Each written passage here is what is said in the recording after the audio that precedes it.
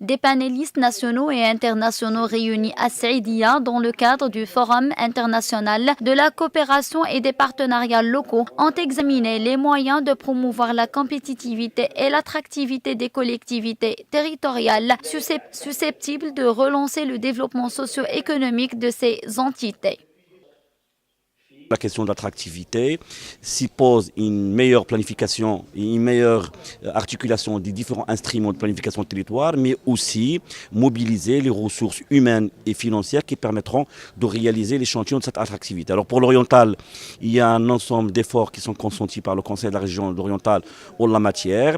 Un volet d'amélioration des infrastructures ferroviaires, maritimes, routières, mais aussi la mise à la disposition d'investisseurs, de plateformes et d'assiettes financières qui permettront d'abriter leurs projets, mais aussi des mécanismes de financement qui permettront d'inciter les entreprises à venir investir au niveau de la région orientale. Lors d'un panel dédié à ce thème, les intervenants ont convenu que le développement des collectivités territoriales passe indubitablement par l'amélioration des infrastructures, la réduction des disparités sociales et territoriales, ainsi que la nécessité de tirer profit des opportunités offertes par les nouvelles technologies et l'économie numérique. Aujourd'hui, les territoires doivent être beaucoup plus attractifs pour prendre en charge le levier de développement.